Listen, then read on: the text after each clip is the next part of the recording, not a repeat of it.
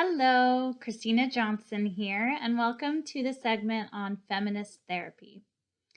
This really is a build-up upon what we've already talked about in this course when it comes to postmodern social constructivist theories.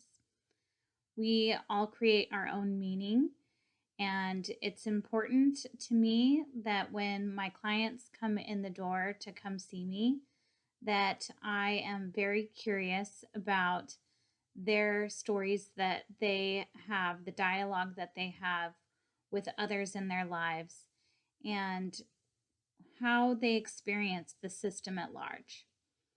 So I have already kind of explained to you, and I explained to my clients, that I don't think that the problem is within them. People are not problems. And that I have a very systemic viewpoint. I like to look at how is the problem handled between you as a family, as a couple, in your relationships. Relationships are so important, and they all know they're coming to see me, and I am a marriage and family therapist. So I'm going to be asking a lot of questions about relationships, and in every relationship, there's always power dynamics. One thing that is very influential in our lives is our identities, how we see ourselves, and that is very much impacted by the macro system of our culture and our society and our families, how we're raised, how we model after our family, our parents, and the role models that we have on social media, on the movies, and on TV, and just day to day in our lives. So one of the concepts and principles in feminist therapy is that the personal is political.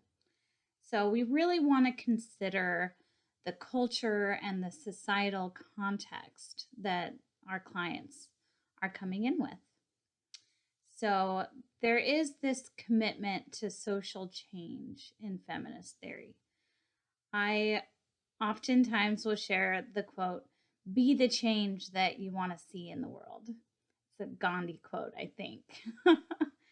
So it is the belief in feminist therapy that I'm not just helping the individual client, I am helping the client, which thus has a larger impact on the family and then has a larger impact on the community and on the society at large.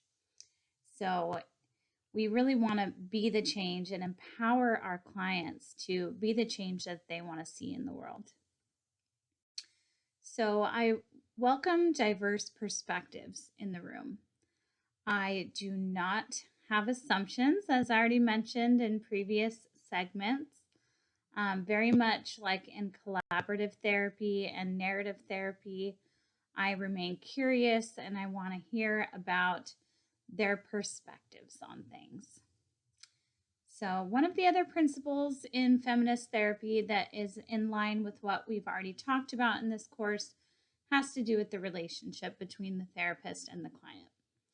So it's an egalitarian relationship. It's not this, I am up here, I am the mental health professional, I have these letters after my name, and I am the expert. And then the client comes in down here and I'm going to educate them and tell them how they should be living their lives. Totally not how I roll. It's more of I'm a human and you're a human and we're gathering together, and my goal is to empower them.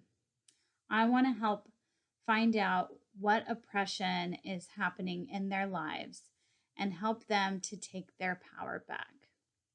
So there is a lot of talk about power and the dynamics of power and the gender roles that they have. And I think that that's really important that they know that I'm going to be asking kind of direct questions to find out what is their perspective. and to kind of diagnose oppression instead of diagnosing them, pathologizing my clients with these different diagnoses that are just going to slap a label on them.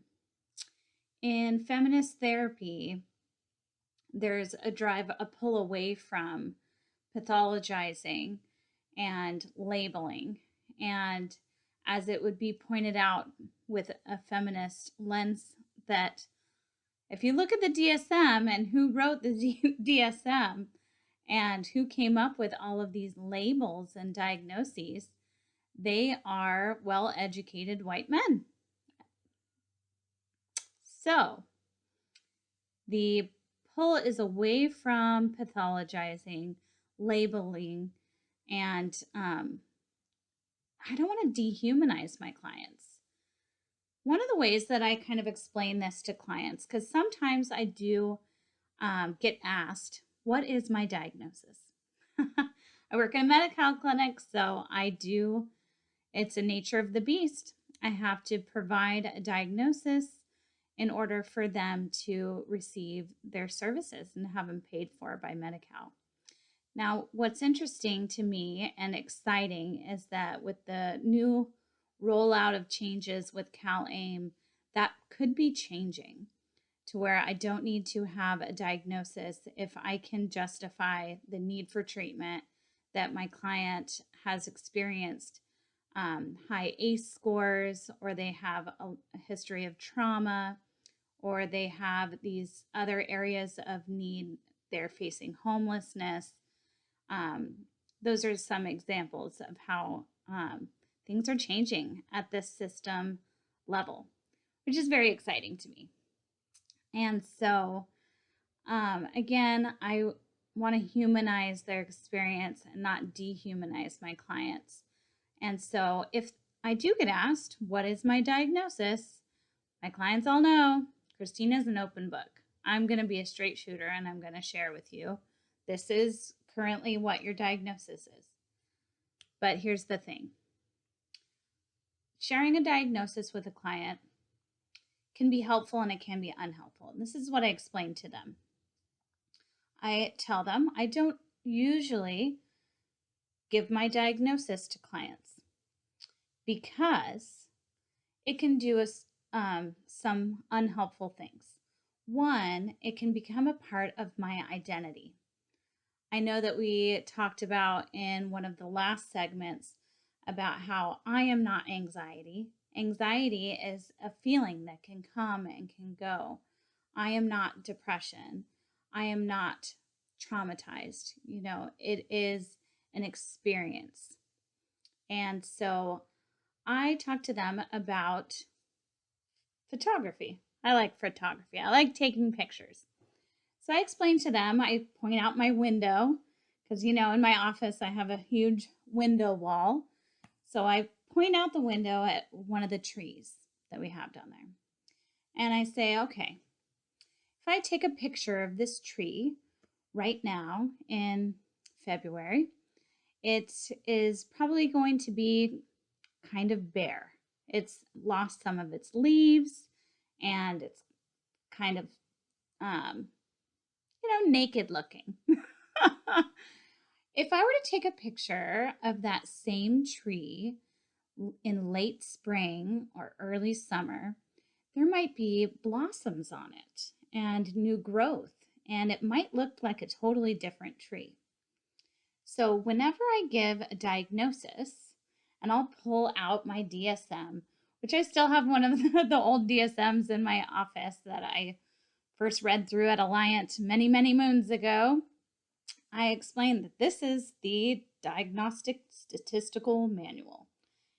Here's all the diagnoses, and it's just a snapshot. It's a snapshot saying that at this current moment, these are my experiences that I'm having.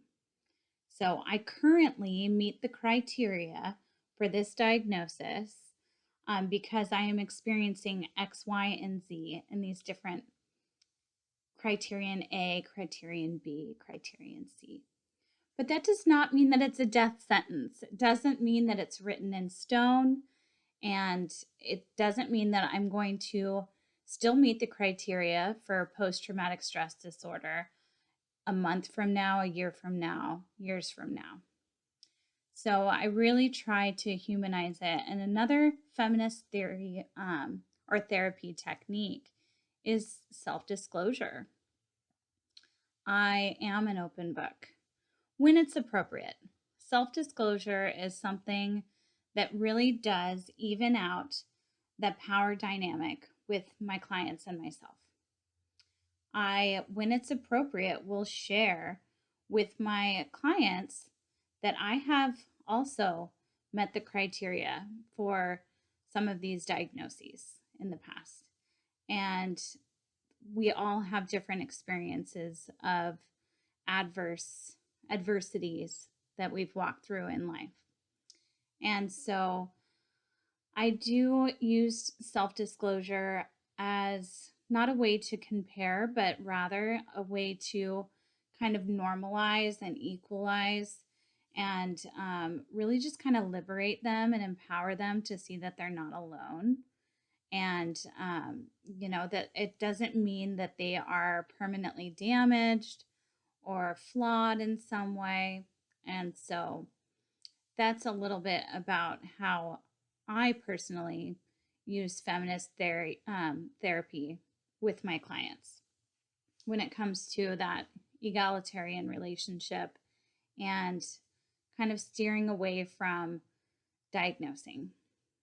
But sometimes we got to give a diagnosis. Or if I do have a diagnosis and they ask me what it is, then I don't want to beat around the bush. I want to tell them what it is, but I also want to empower them and instill some hope that this doesn't mean that this is them. This doesn't mean that this is always going to be a part of their story. This is just a chapter.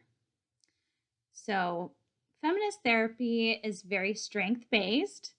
So that's one of the things that I love about it, is that I am not focused on a laundry list of symptoms and behaviors and these kind of pathologizing, internalizing that something's wrong with them and that they need to be fixed.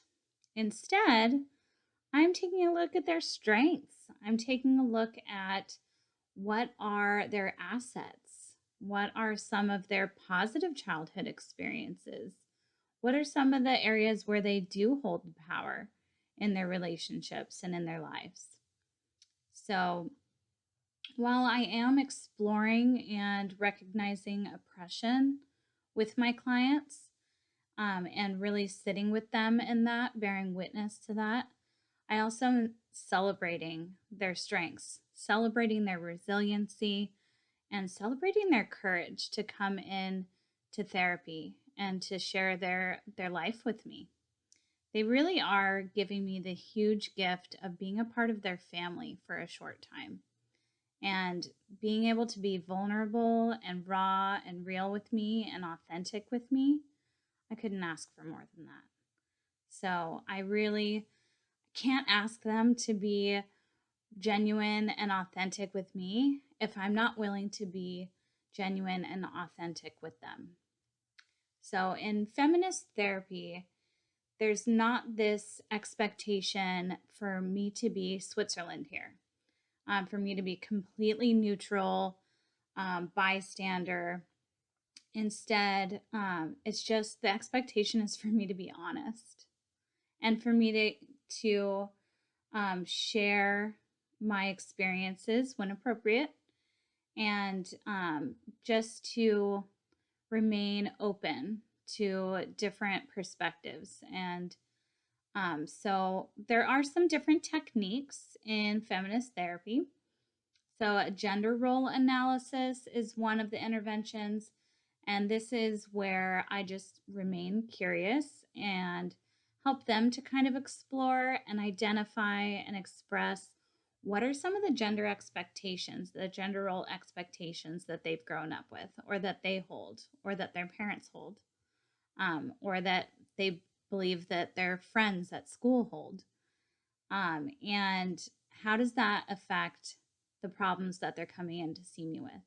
Maybe they're coming in because they are combating experiences with an eating disorder, or they are experiencing some feelings of depression or feelings of anxiety.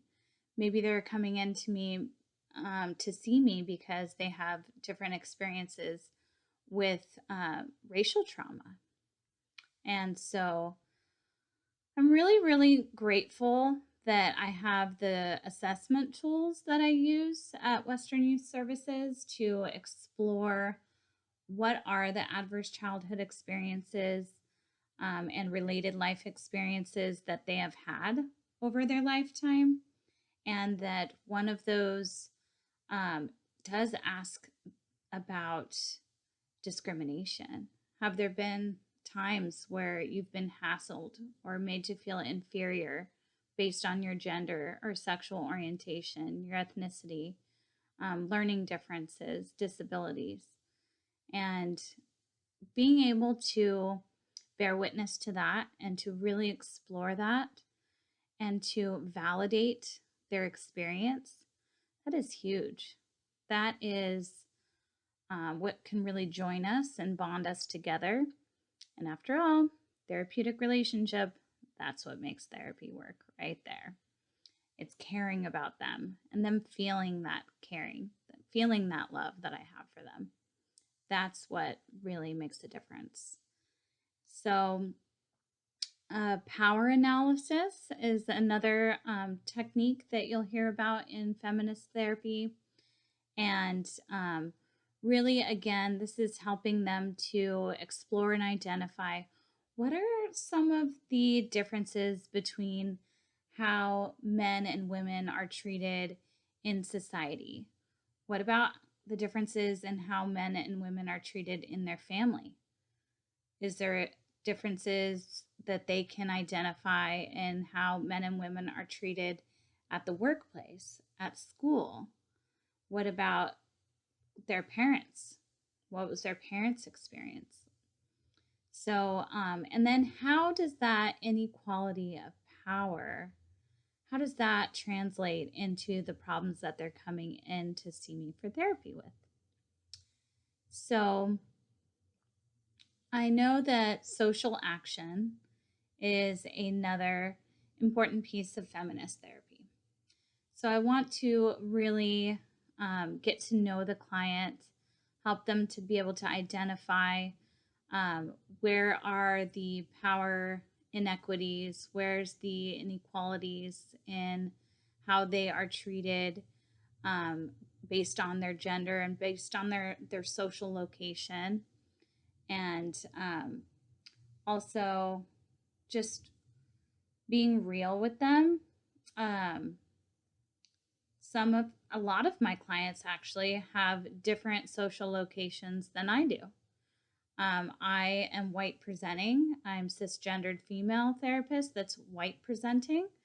And so I asked them, what is it like for you to come in here and tell me about your feelings of racial trauma and oppression, knowing that you're sitting here talking to your white presenting therapist, or when it comes to just going through the ACEs, what was it like for you to open up and share these things with me, and really thanking them for being so real with me. Social action can really, really increase that empowerment for my clients. It really furthers that. So I encourage them to see how they can take what they've learned in therapy and what they've learned about themselves, what they've learned about assertiveness and being increasing their self-esteem, their self-value, their self-worth, and how can they fight to be the change that they want to see and have their voices heard. I have a client that really likes Hello Kitty. And I totally did not, this blew my mind. I did not realize that Hello Kitty does not have a mouth. Some of you guys might be Googling it on your phone right now and looking up. Hello Kitty does not have a mouth. So it brought up this whole conversation that we got to have about Hello Kitty kind of being like this image of women in our culture and women in society and not having a voice. With all of the major life events that are happening worldwide right now, it opens so many doors for different conversations about how women are being treated. And I think that it can be really, really empowering for our clients, female and male, to give them that space and that opportunity to really explore their viewpoints on it. And where did those viewpoints come from?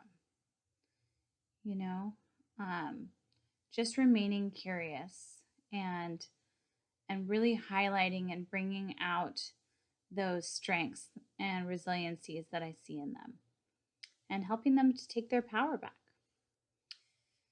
So one of the other things that I wanted to share has to do with circling back to the diagnosing and labeling, and how I was reading a book on trauma treatment.